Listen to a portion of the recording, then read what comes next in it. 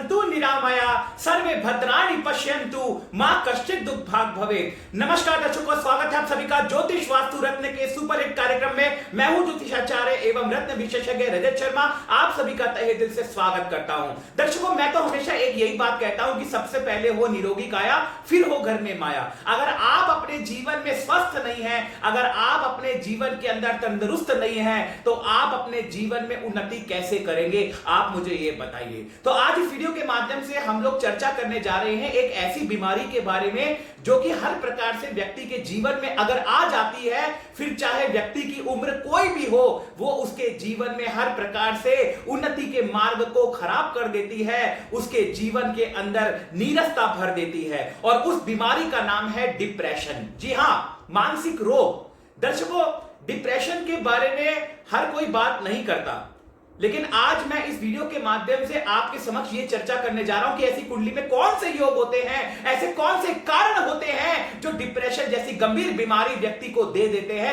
तो कृपया करके आप इस वीडियो को बहुत ध्यान से सुनिएगा और बहुत अच्छी और रोचक जानकारी आपको सुनने और समझने को मिलेगी। और मैं बताऊंगा कुछ ऐसे अद्वितीय उपाय, कुछ ऐसे खास उपाय जिनको करने मात्र से डिप्रेशन जैसी गंभीर बीमारी से आप निजात पा सकते हैं। तो कृपया करके आप इस वीडियो को ध्यान से देखते रहिए। अगर आपने अभी तक हमारा चैनल सब्सक्राइब नहीं किया है तो प्लीज हमारे चैनल को सब्सक्राइब करना बिल्कुल ना भूले, बेल आइकन आप दबा दीजिएगा ताकि नोटिफिकेशन आपको मिलता रहे। तो दर्शकों, बात करते हैं डिप्रेशन की बीमारी के बारे में। डिप्रेशन चाहे स्कूल में पढ़ने वाले किसी बच्चे को हो, डिप्रेशन चाहे ऑफिस में जाने वाले किसी पुरुष को हो, या फिर डिप्रेशन चाहे घर में काम करने वाली घरेलू महिला को हो। डिप्रेशन किसी को भी हो सकता है और किसी भी उम्र में हो सकता है। और लेकिन उस चीज का सबसे बड़ा कारण होता है कुंडली के अंदर चंद्र ग्रह का कमजोर होना। जी हां, चंद्रमा एक ऐसा ग्रह है जो इंसान के मन का कारक है।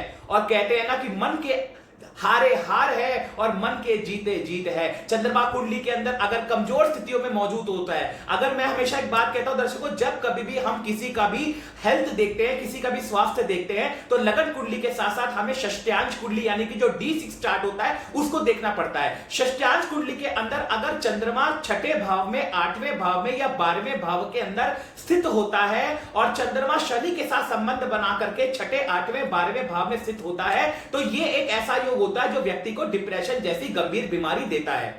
क्योंकि चंद्रमा जो होता है इंसान के मन को अशांत कर देता है, और जब मन अशांत होता है तो जीवन जीने की इच्छा नहीं रहती। ये तो आप भी बात जानते हैं। तो कहने का तात्पर्य यह है कि अगर मन जो है अशांत हो गया तो उसके पीछे कारण होता है चंद्रमा का, और जब मन अशांत होता है तो धीरे धीरे इंसान डिप्रेशन की तरफ चला जाता है। और मैं आपको एक योग के बारे में और बताना चाहूंगा। जब चंद्रमा शनि के साथ संबंध बनाता है तो इस योग को विष योग कहा जाता है। और षष्ठ्यांश कुंडली के अंदर छठे भाव में, 8वें भाव में या 12वें भाव में इस प्रकार का योग बनता है तो व्यक्ति के जीवन के अंदर हर प्रकार से नीरसता भर जाती है। इस योग को विष योग कहा जाता है और विष योग के कारण भी गंभीर डिप्रेशन जैसी बीमारियां पैदा हो जाती है और नुकसान होने लगता है। हमारे पास ऐसी बहुत सारी महिलाएं आती हैं, वो कहती हैं कि गुरुजी मुझे ना भूलने की बीमारी बहुत हो गई है, मुझे वहम की बीमारी बहुत हो गई है। जैसे मान लीजिए रात को 10:30 11 बजे कोई किसी का फोन आता है तो मन में डर लग जाता है कि हाय कोई बुरी खबर तो नहीं है। जैसे मान लीजिए कहीं मार्केट में चले गए तो दिमाग में ये रहता है कि हमने दरवाजा का जो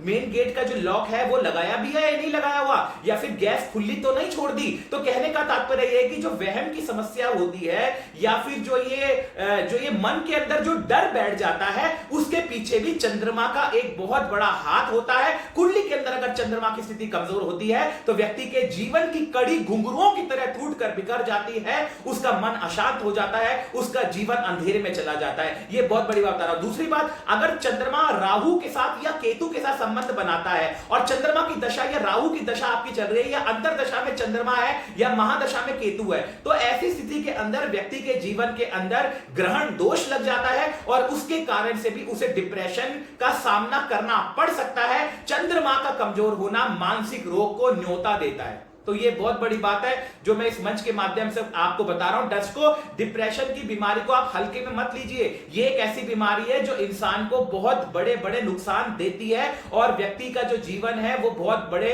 नेगेटिविटी की तरफ चला जाता है। कभी कभी कुछ लोग जो है इसकी वजह से आत्महत्या तक कर लेते हैं, जो कि एक बहुत बड़ा अपराध है। तो कहने का तात्पर्य यह है कि जो डिप्रेशन की बीमारी है वो चंद्रमा से रिलेटेड होती है। अगर चंद्रमा राहु के साथ, केतु के साथ या शनि के साथ 6, 8, 12 में षष्ठ्यांश अंश कुंडली के अंदर बैठा हुआ है तो कृपया करके हाथ जोड़ के विनती है कि अपनी पूरी कुंडली का विश्लेषण अच्छी तरह से करवाइए ताकि आपको जीवन में कभी गंभीर बीमारी का सामना ना करना पड़ सके। तो दर्शकों, अब मैं उपाय की अगर बात करता हूं तो क्या उपाय किए जा सकते हैं? तो सफेद चीजों का दान जितना ज्यादा आप करेंगे उतना ही ज्यादा आपके जीवन में डिप्रेशन की बीमारी दूर रहेगी। अगर आप रात्रि को दूध पीना, चावल खाना, दही खाना ये सब बंद कर दीजिए। अगर आपको ऐसी बीमारी लग रही है या आपकी कुंडली में चंद्रमा कमजोर है तो आप जो है रात्रि को ना सफेद चीजें खाना बिल्कुल बंद कर दीजिए। सूर्य अस्त होने के बाद खाना बंद कर दीजिए सफेद चीजें, उसके पहले आप खा सकते हैं। दूसरा, चांदी के गिलास में पानी पीने से आपको डिप्रेशन की बीमारी से निजात मिलता है। रात्रि को चांदी के गिलास में पानी भर के रख दीजिए और सुबह खाली पेट उसे पीजिए, तो उससे क्या है कि आपको मानसिक रूप से मजबूती मिलेगी।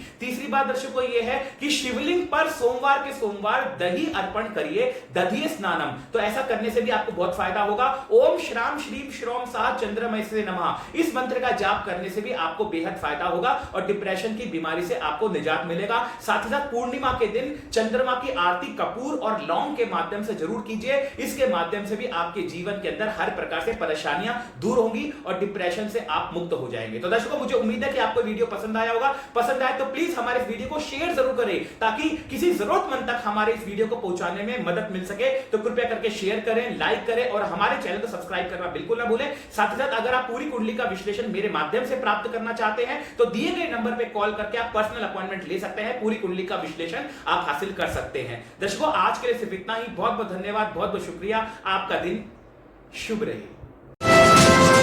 दोस्तों, रजत शर्मा जी सिर्फ एक ज्योतिषाचार्य नहीं बल्कि साईं बाबा के परम भक्त भी हैं। जानते हैं, जब रजत शर्मा जी मात्र 6 महीने के थे तब बाबा ने उन्हें जीवन दान दिया था। जब रजत जी ने थोड़ा होश संभाला और 5 वर्ष के हुए तब से ही बाबा के प्रति अपनी श्रद्धा की ज्योति ज्योतिष के माध्यम से जलाते आ रहे हैं। रजत शर्मा जी बाबा के परम भक्त तो हैं ही, लेकिन उनके आशीर्वाद से पिछले 14 वर्षों से ज्योतिष की दुनिया में भी न सिर्फ देश बल्कि विदेशों में भी अपनी सफलता का परचम लहरा चुके हैं। शर्मा जी ज्योतिष एवं रत्नों के माध्यम से देश विदेश के हजारों लोगों का दुख दूर कर चुके हैं। ज्योतिष के प्रति लगाव और रत्न को लेकर दीवानगी शर्मा जी को पूरी तरह से सभी ज्योतिषाचार्यों से अलग करती है। अपने सटीक एवं बेबाक भविष्यवाणियों के स्वामी शर्मा जी मंत्रों के जरिए भी लोगों की परेशानियों को दूर करते आ रहे हैं। तो अगर आप भी अपनी किसी भी प्रकार की समस्याओं का समाधान प्राप्त करना चाहते हैं तो तुरंत संपर्क करें।